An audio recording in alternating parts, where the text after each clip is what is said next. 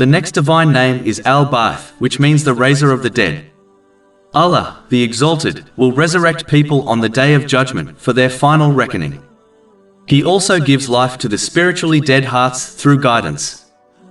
The Muslim who understands this name will reflect on the heavens and the earth, and deduce the absolute necessity and inevitability of the Day of Judgment. For example, they will observe how the dead seed which is planted within the earth is brought to life by Allah, the Exalted, through rain. Similarly, the dead seed named human will be resurrected on the last day.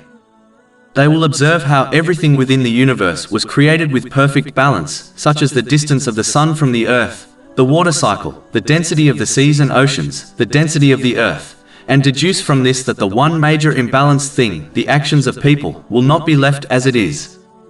It too will be balanced after the actions of people are concluded. When one strengthens their faith in this divine name, they will practically prepare for their resurrection by using the blessings they have been granted in ways pleasing to Allah, the Exalted. A Muslim must act on this divine name by learning and acting on Islamic knowledge in order to revive their spiritually dead heart.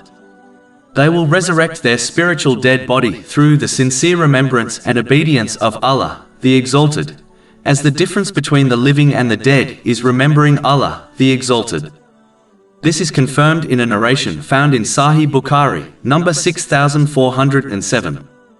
They will encourage others, especially their dependents, to learn and act on Islamic knowledge, thereby becoming a means to resurrecting their spiritually dead hearts.